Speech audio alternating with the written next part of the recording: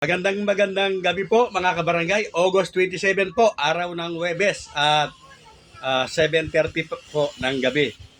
Bagamat hindi pa po natin alam kung ano po ang magiging final version ng Senado at ng Kongreso tungkol po sa term setting bill, ay gusto ko lamang po pag-usapan natin itong sinasabi po nila na incidental.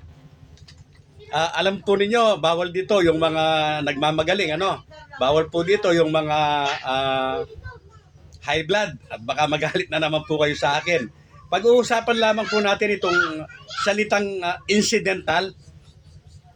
Noon po nang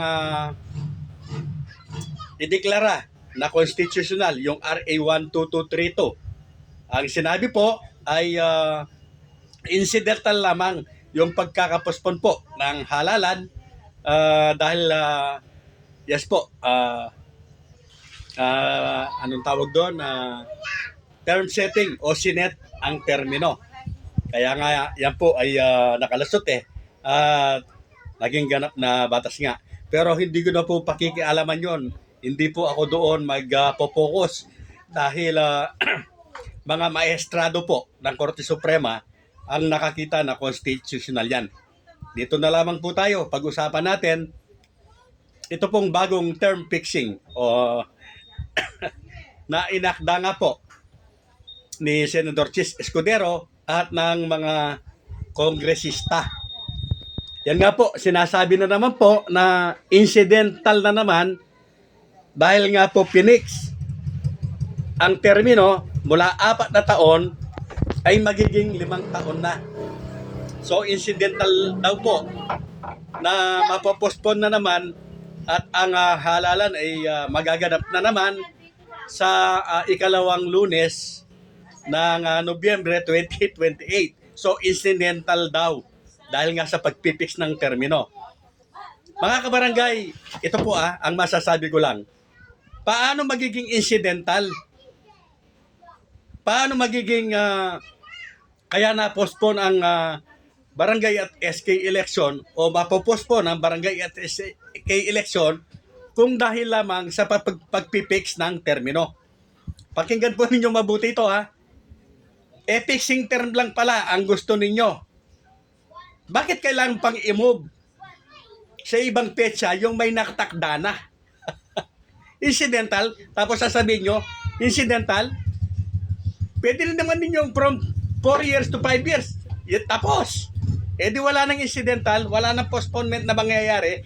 Kaso, yung nakatakda na RA 12232 na nagsasabi, nagtatakda, ang halalan ay November 2, 2026, ay pinapalitan ninyo.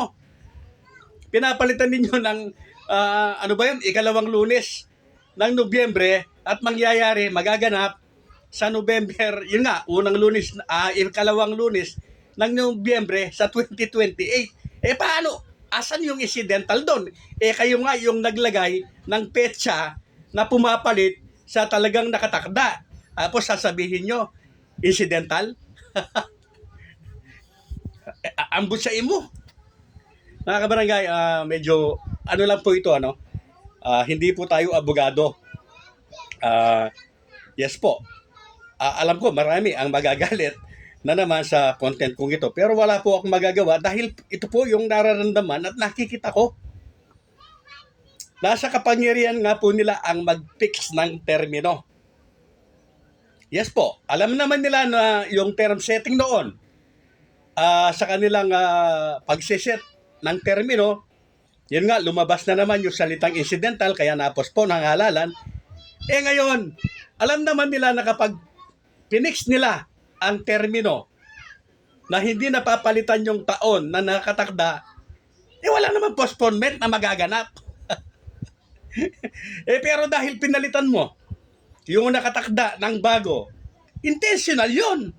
Alam mo na kapag pinalitan mo yung nakatakda ng bago, mababago. Mapopostpone na yung nakatakda. Tapos sasabihin ninyo, incidental?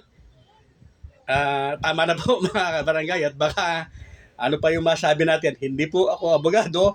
Kayo po yung mag-comment po kayo sa ibaba kahit sino pa po kayo. Kung gusto niyo, magalit na yung gustong magalit. Pero yan po ang katotohanan. Hindi po incidental na mapopospon ang barangay at SK election kung term fixing lamang po ang gagawin ninyong batas. Kaya lamang po napopospon ang halalan because hindi po incidental dahil yan po ang inyong kagustuhan. Kasi kayo ang nagtakda ng bagong papalit sa petsa. Real talks. Based on facts.